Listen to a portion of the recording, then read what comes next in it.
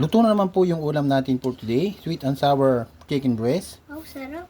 Yummy delicious yan. O ano pang hinihintay nyo? Samahan nyo ako. Magluto tayo. Yan, mainit na po yung mantika. Spread na natin yung carrots. Yan, carrots muna. Yan, mikos-mikos lang natin ng konti yan.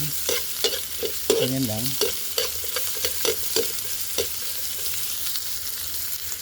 Yan, nagisa na po yung carrots. Ilagyan na po natin yung ating bell pepper. Yan, isend natin. Unahin natin gisain yan bago tayo gigawa ng ng syrup ng ating sweet and sour. Minamihan natin yan para mabango at masarap din. Yan, so okay na pang pagkagisa. Iside na po natin yan. Tatanggalin na po natin. Yan, iside na lang natin. Nagigisa na po ito yan ng bawang. Ayun sa laksan yung bawang. Nagisa na po yung bawang. Ilagay na natin yung sibuyas. Gisahin natin yan. Yan, okay na po ang pagkagisa. Dapat lagyan na natin ng tubig. Pero hindi na tubig ang ilalagay natin para mas masarap ito po. Yan. Bali, 2 buti po.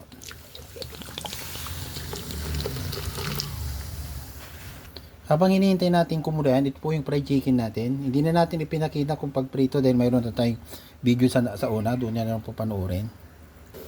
Yan, kumukulo na po yung ating syrup. Lagyan natin ng ketchup para mas maganda po yung kulay. Pakihalo po, Mabi. Yan, hinahalo na po ni Mabi.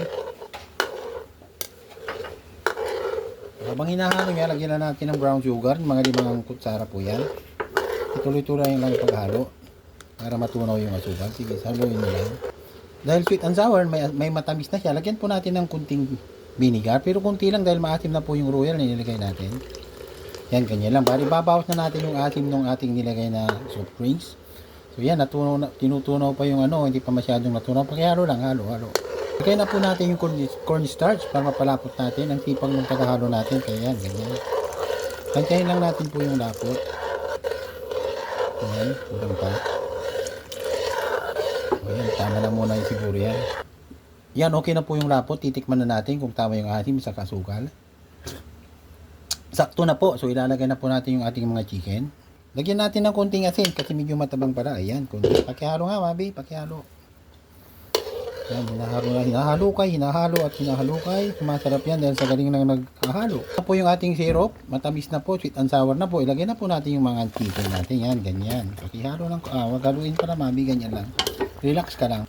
Yan, okay na po. Naluto na po yung ating chicken. Ilagay na po natin yung mga carrots para magiging sweet and sour po yan. Yan, kailangan po yan. Yan, ganyan lang po yan. O yan, okay na po yan. Yan, okay na po. Luto na po yung ating sweet and sour fried chicken. So, maraming salamat po sa inyong panunood. O ano pang hinihintay nyo? Magluto na kayo.